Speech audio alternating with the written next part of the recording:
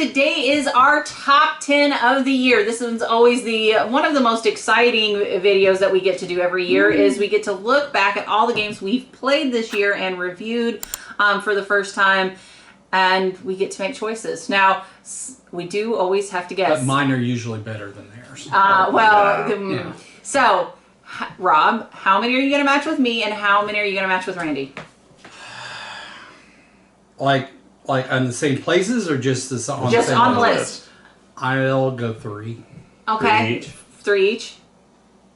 3 and 2. 3 and 2. Oh, okay, wow. Okay. You're gonna be more like her than me.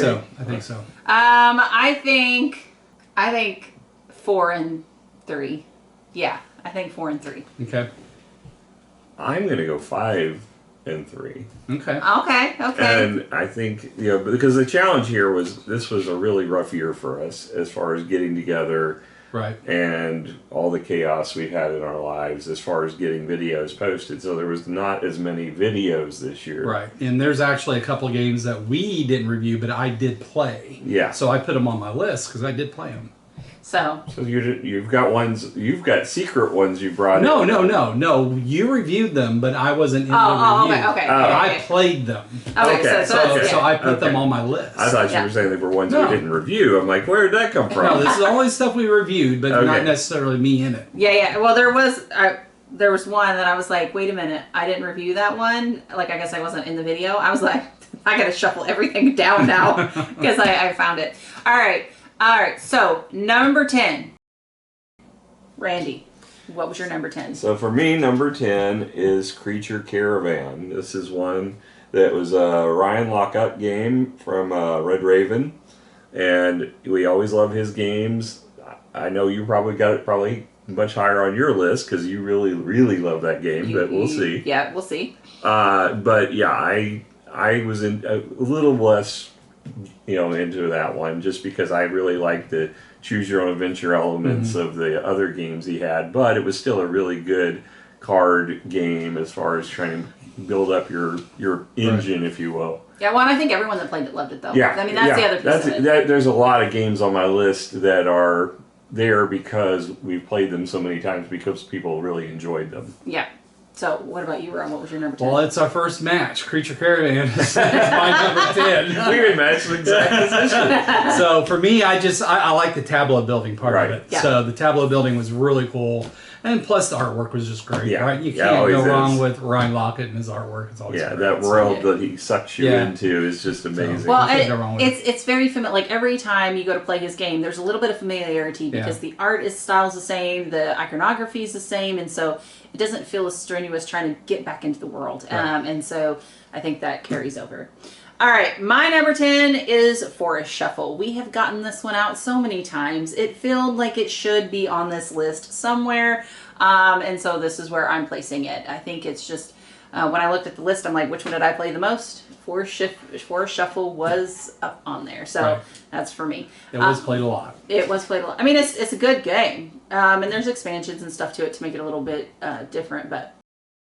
Number 9, Rob, what do you have? All right, number 9 was probably the most mispronounced game we played. Tianxia or something like that. So we made a joke about that in our video. But that's my number 9. It's just a really neat... It's a heavier game than what I've been liking, but it's a really neat worker placement game. But I think and I think Randy made the comment in our initial video, it's the most approachable of the T games, and that's one of the reasons I liked it as much as I did. So Tianxia, number 9. So. My number 9 was actually Milliflora, the Masterpiece expansion. So I love that game. It's a great Reiner game. I love that game. It's fun. We played it a couple of times. I wish we could play it more.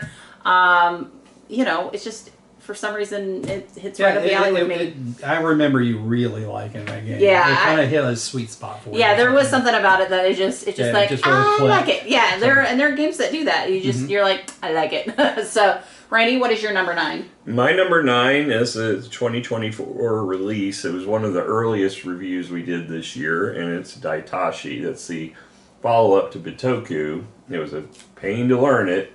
but we really enjoyed that game as far as the play of that. We need to play that more. Well, yeah, because I mean, now we're going to have to relearn it all again. But it was a lot of fun, I remember. And or you could play more Bitoku.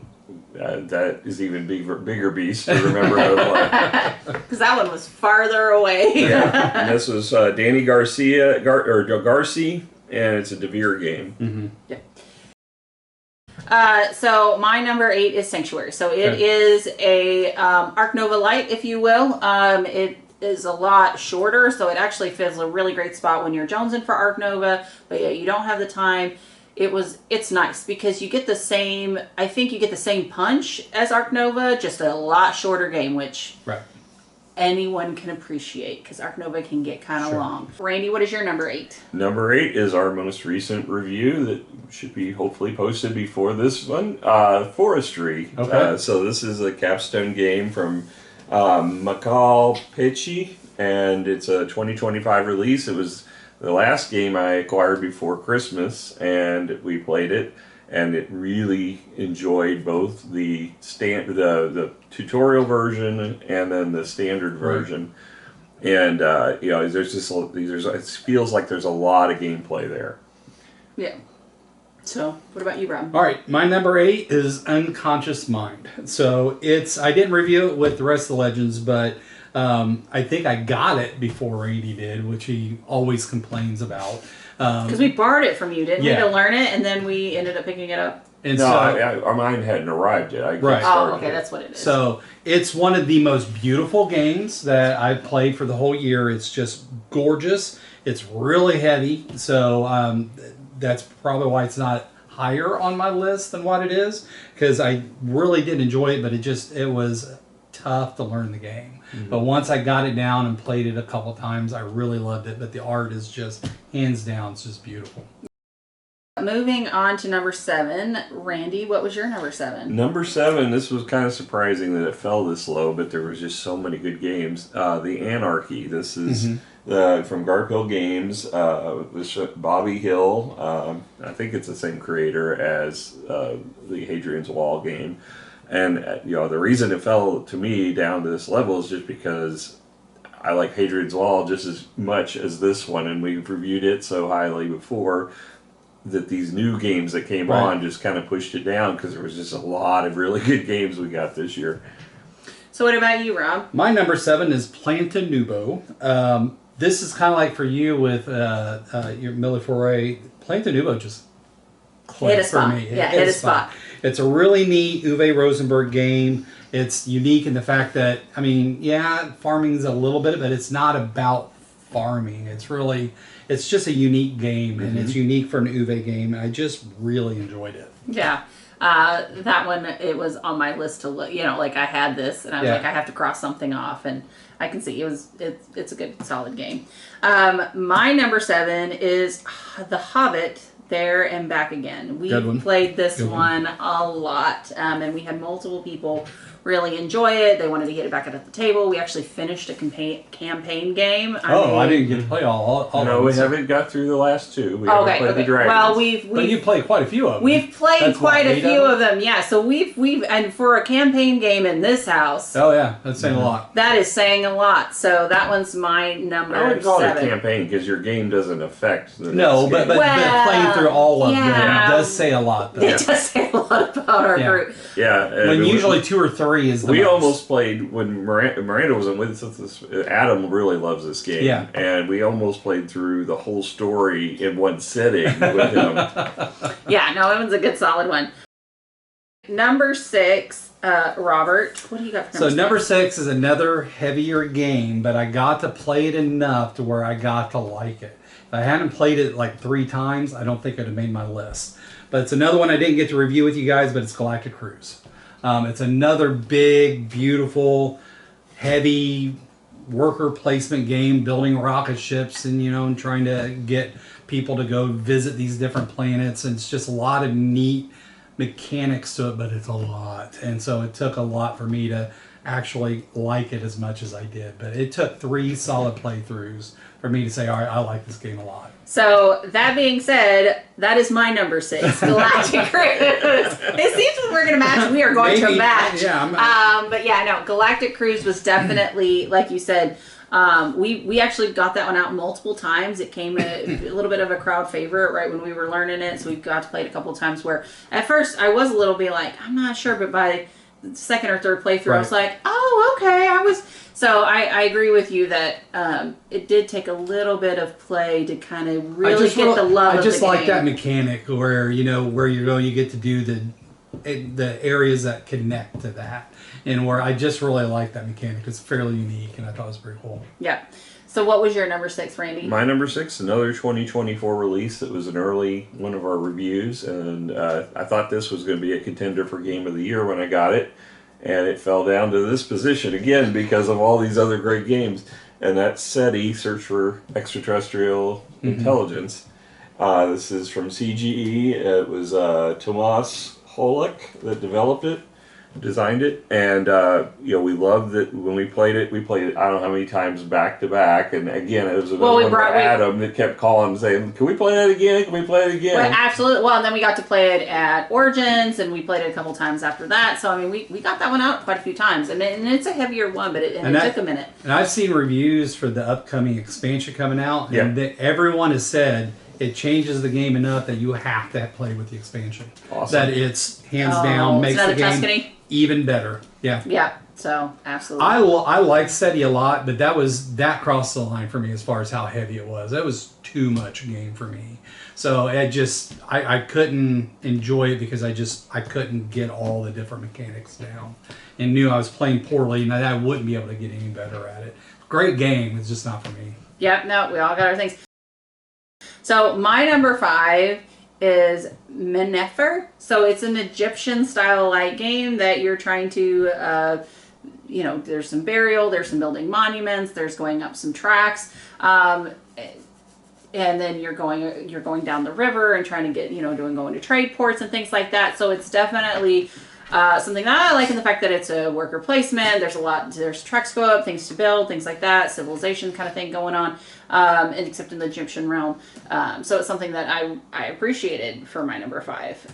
Randy, what was your number 5? My number 5 is another crossover with you, The Hobbit, There and Back Again. I love this game. Whenever I demoed it at Origins, when I got to go to the Asmodee, He wouldn't shut up about it. I was like, I want this game, of all the games there, because I got to demo your Battle for Hoth, I got to demo the Lord of the Rings, the other game the Fellowship.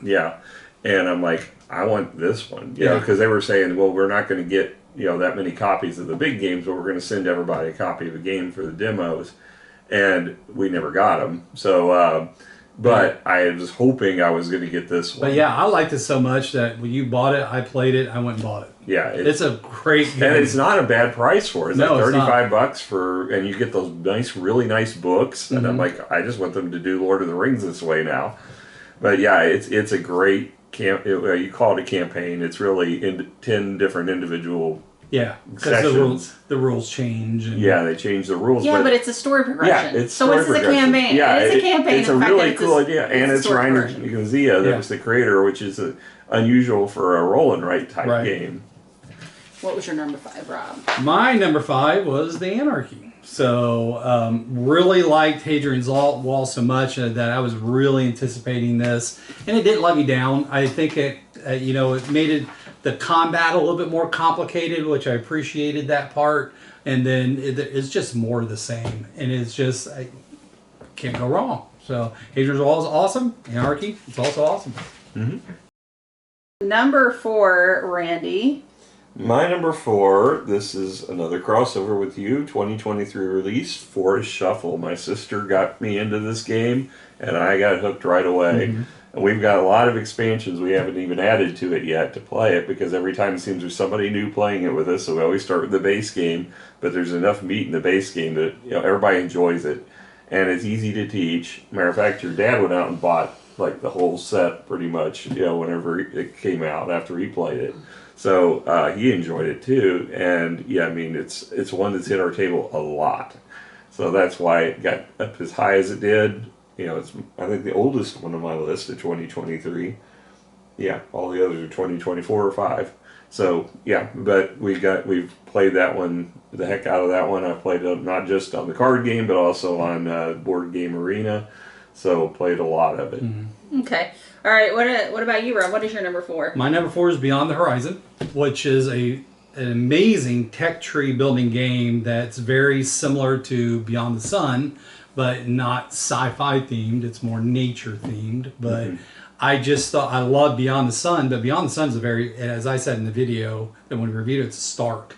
It's bright white, dark black, no art. It looks like it's totally generic. There's just very little, but it's all about the tech tree. Yeah. And they did such a good job on it, and I loved it. But then now we added art, a little bit more theme behind it. It made it even better. Yep. And you had farming and building up your I really like Beyond the Horizon. So you're going to teach me that one. 4. It is really good. So my number 4 is SETI. So this one is a crossover with you. Again, we played it quite a bit, and I really enjoyed it. Now, at first, it was very intimidating, and trying to figure out all the placement. And honestly, people still kick my butt at it because there's a lot going on, and every time I go to sit down, it's been a hot minute, right? So I didn't remember everything until it's like, oh yeah, it does that. I need to do more of that. But yeah, I got that as a number 4 because just want to point out so far. We're 6 between you and I. We've already crossed over the highest, which was mine, and you and I are at 3. So we're out. I'm the closest. Not to brag. Yeah. Yeah. Rob, what is your number 3? Number 3 for me is Rasafa. So it is. I love Vladimir Suchy. I think he's one of my favorite designers nowadays. He's up there, not up there with Steffenfeld, but he's getting there. So I really like his games. This is just another all of his games are so unique, and that's why I like him so much. So this is just another interesting, but maybe a little bit more approachable than some of his other games. I mean, it's an amazing game. It's one of my favorites, and I don't own it. I need to buy it, but I love it. It was my number 11 that dropped off after I put Forestry in there. So. All right, so my number 3 is Daitashi. So we do have an additional overlap. We're up to 7 now. Yeah, because like you said, it was. It was actually really cool. It was really interesting, the different animal components and trying to get them all up there. We played that one a couple of times before newness came, because that's what it rolls around our house. But yeah, I really enjoyed it. So I rated it like a 9.5. So obviously I loved it a lot, but I had to go back and look up what it was. It's been so long. It's been so long, and I was like, oh yeah, I really liked that one. Why don't we get that to the table more? All right, Randy, what's your number 3? My number 3 is another crossover, Minifer. Ah! You guys are blowing each other out of the water. Yeah, I love the theme of that game. I mean, it really incorporated all the different aspects of the Egyptian culture from the ancient Egyptians, and there's basically a ton of ways to score in that one. Lots of scoring tracks, lots of things you can do. I really enjoy the mechanics of how that engine worked. Yep. All right. What do you got, Rob? For number 2? Sure. You already got 3? Yeah. Number 3 was Rasafa. Number 2 then. Number 2, Sprocket Forge. So Sprocket Forge, wonderful game. One of the most approachable games I think we played for the year. It's very good. It's beautiful. The only reason why it beat Rasafa was because of the metal sprockets that you got for the game. It's so cool to mess with those sprockets and how it interacts with the game and how you play with it, that it just inched out Rasafa. Gameplay-wise, overall, Rasafa's a better game, but those sprockets are just wicked cool. So it just beat it just a little bit. So number 2 is Sprocket Forge. Okay, all right. Randy, what is your number 2? My number 2 is a crossover with Rob, Galactic Cruise. You know, that one. And me. And you. me. Yeah. Okay. Yeah. So Galactic Cruise, I mean, the way that was created, and the fact that you can build your cruise ship and have different themes that I'd like to go on this cruise. Right. You know, it was really fun. And I mean, it's it seems like there's a lot of mechanics that are really could become blockages, but then they fixed them the way it works. So you don't have to. You can bump the other players; they get a benefit for it, and that really, I think, set the game tone. you could play the game and not have, you're really not hurting anybody in the game, which I liked. But you could still play your own style, and having, the fact that you could put gears and come out and adjacent to those, I thought was really clever. And it's just a lot of fun. I mean, it takes a lot of setup. Yeah. It's a lot of fun. All right. My number 2 is Anarchy. This game, again, I love Hadrian's Wall. This one came up, and I think in some ways are better, and then other ways it's not. I think generally it's a little bit better, but it's a lot. But it does do fewer player counts, so that's the only negative about it. But I still think it's amazing and it's awesome. This one actually ended up saving me at Gen Con because Randy did not bring the extra set. Wait, don't throw me under the bus. I told you to check. I went and I had to go buy another Hadrian's Wall, but they didn't have it. But they did have Anarchy. 2 people didn't show up, so I was able to teach it. So it did save me a little bit. So that's why it's getting a lot of love because it is a good, solid game. It's a great game. It's a great little game. So that is my number 2. Now, moving on to... Do we want to do honorable mentions before we do number 1? No, we're doing number 1. Then we do our honorable mentions. All right. All right. Come on, give me your honorable mentions, Randy. Obviously, Rasafa, because it was on my list and it dropped off. This one I know is going to be controversial because of the game yesterday, but Tend I thought was a really good roll and write. Or flip and right, I should say, but it's one of the better ones as far as being. It's a heavier one. It's not. It's a little wonky. I'll give you that, but I do enjoy it. It takes too long. There needs to be. They need to streamline. I don't know if it was just our specific group, but the game is too long for what it is. I think having more players, especially new players, was the problem. I don't think the other games we played of it weren't that long. Yeah, so I am holding judgment because initially I liked it, but that game yesterday, that one killed me. The other one's up or down. It's just a really quick, fun. little slick card game, but it really holds up, and we played it with a lot of people. As a matter of fact, I took it to the game thing with you, and I got a message thanking me for bringing it because they really enjoyed that game. And then Plantanubo, that one barely fell off as well. And then Scout is another one we played a lot. It's a trick-taking game, and I always, anytime there's a short filler type game like that, I try to at least acknowledge it. I don't necessarily put it in my top list unless it's just that excellent, but it is a good, fun game, and everybody enjoys it. So my honorable mentions are Minos, Dawn of the Bronze Age. I think that one was a really good one. And then I also wanted to call out Planet Nubo. That one was another good, solid one. And then Tabletop Inc. So that one was a good, solid playthrough. Those are my honorable mentions. What do you have? My honorable mentions are Wondrous Creatures. Really like that one. Galileo Galilei. I really liked it. And then Formosa T. There was just a lot of good games this year. Yeah. Number 1 for me, Creature Caravan. This one, out of my mind. I'm sorry. I love this one. It hits a spot and it just keeps delivering for me every time I play it. I love it. And it's a short. It's somewhat. I'm really realizing that I love simultaneous play. I don't mind waiting at the end after everyone does their thing, but being able to do things at the same time, for me, it just helps with my attention problems and things like that. So that one's a huge win for me. I like the tableau building. I always have. I mean, that's why I like Terraforming Mars and things like that. So being able to play cards and kind of make that also, it's a little bit of a race factor, but not, you don't have to necessarily win that way. I don't know. I like it a lot. Not everyone likes it as much as me, but I do. So that's my number 1. All right, Rob, what is your number 1? My number 1 was Star Wars Battle of Hoth. So it's one of the most thematic games I've ever played for the year. It was wonderful. The miniatures are great. It's a great system. If you ever played the Command and Colors games like Battle Lore, Memoir 44, or the traditional Command and Color games, you'd be able to learn the game very quickly. I think it's more approachable than any of those others. They kind of took a page from the Battle Lore book with the Battle Lore game and the Heroes expansion and added that same element to Battle of Hoth, where you can pick a leader and then add some unique cards to your deck. It's just an amazing, awesome, fun, thematic game. I can't tell you how many times I've played it. It's just awesome.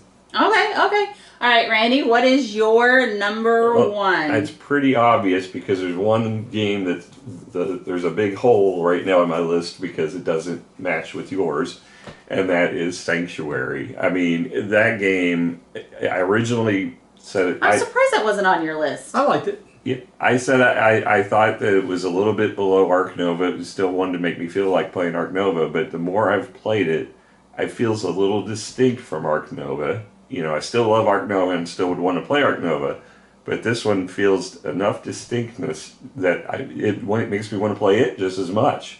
And well, it fills the Ark Nova niche. Like, even though it's shorter, it's more compact, but I feel it still gives you the same feel. Like, after playing it, I don't need to go to play Ark Nova again, right? It was just a good, solid game. No, I still want to play Ark Nova. Trust me, don't get me wrong. I like Ark Nova a lot. I like Ark Nova a lot. But as far as this game, it feels distinct enough from Ark Nova that it's a good it's a good shorter game to take. It's more portable.